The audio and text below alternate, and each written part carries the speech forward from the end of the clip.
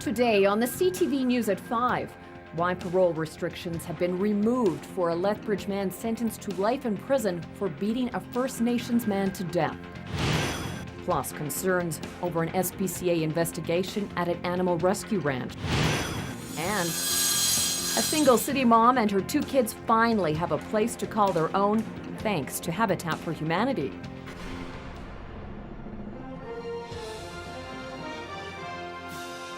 CTV News with Jackie Scantlebury. Good afternoon. A Lethbridge man who beat an Aboriginal man to death in a racially motivated attack may get out of prison sooner than expected. In June of 2008, 37-year-old George Shawnee Many Shots and his brother-in-law were discovered badly beaten in a North Lethbridge back alley. Many Shots later died from his injuries. 34-year-old Bradley Gray was eventually found guilty of second-degree murder in the death and sentenced to life in prison with no chance of parole for 10 years. Gray appealed the conviction and he won, meaning the murder conviction was replaced with manslaughter. The Alberta Court of Appeals said the trial judge erred in his charge to the jury. Then last fall, Gray was sentenced again, this time for manslaughter, and he was again sentenced to life in prison with no chance of parole for 10 years. The judge in the case said that he upheld the original sentence because of the racist overtones of the attack. Gray appealed the sentence, and the appeals court ruled that the 10-year parole restriction should be removed, claiming parole eligibility should be left up to corrections officers, and there was no clear reason why it was imposed in the first place. That means Gray can apply for parole 10 years earlier. Many Shots left behind 4 children who are now living with their grandmother.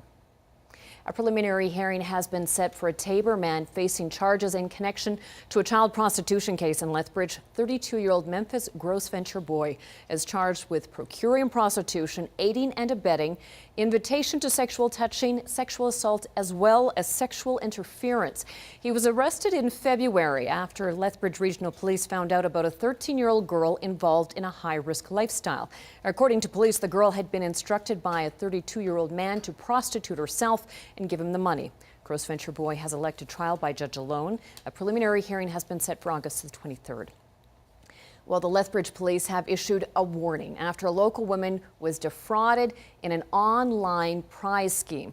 Police report the woman was contacted through Facebook and told her that if she friended a particular individual, she could receive a cash prize of $100,000. The victim wired the initial fee of $5,000 but never received any payment. Police would like to remind everyone in southern Alberta that if something sounds too good to be true, probably is. A campaign to end homelessness in Lethbridge is making some big headway since the beginning of Bringing Home Lethbridge campaign. The number of homeless people in the region has dropped by 50%.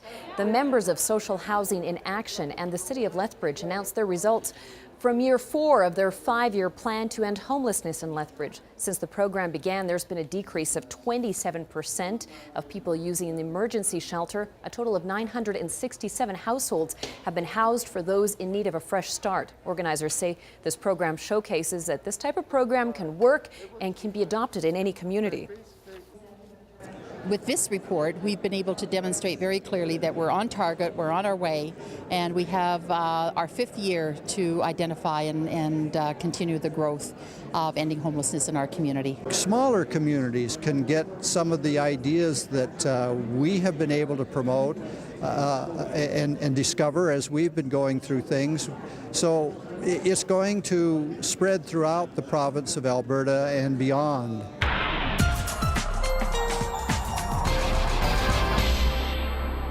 Our little Miss Sunshine is here. Dory Rossiter bringing more sunshine for the week. Absolutely. The weekend is looking absolutely lovely right now. Temperatures a little more moderate, a little more comfortable values between 22, 24 degrees, right in that range. And for a lot of people, those are comfortable temperatures. They get it gets a little sticky when it gets into the 30-degree weather. So I'll tell you all about it in a couple of minutes, but it's looking pretty good. Okay, thanks, Dory. Well, a new home Habitat for Humanity home is ready to wrap up their annual building blitz. Construction began as a volunteer-based weekend project, but during the first 2 weeks in July, volunteers will be working non-stop in order to have a new home ready for its owner, a single mom and her 2 children. Jeanette Rocher has more.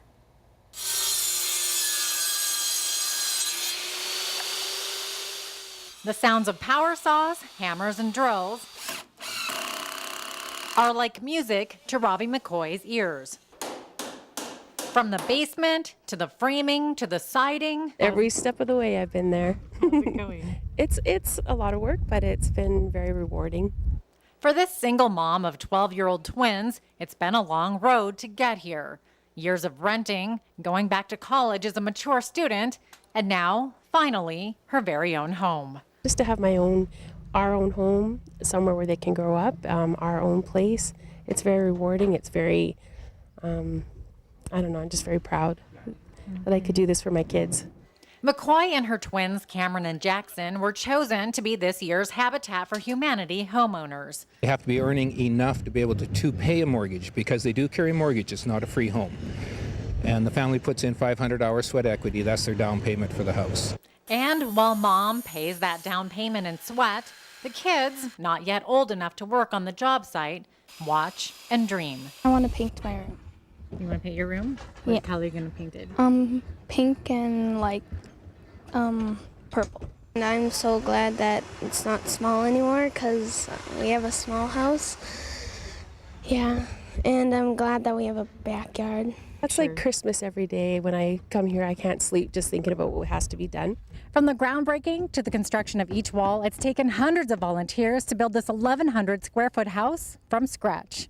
They're here to support the families in need. It's a huge feeling knowing that somebody's going to get a home of their own that, somebody's been striving for years and years and just haven't been able to make it. Without them, I wouldn't be as far as we are here. Jeanette Roche, CTV News, Lethbridge. The building blitz wraps up this Saturday. Robbie and her kids will be handed the keys to their new home this fall. As High River residents continue to recover from flooding, some are wondering if the residents should be allowed to rebuild on a floodplain. More than 5,200 High River homes and businesses were damaged in High River by the June 21st flooding.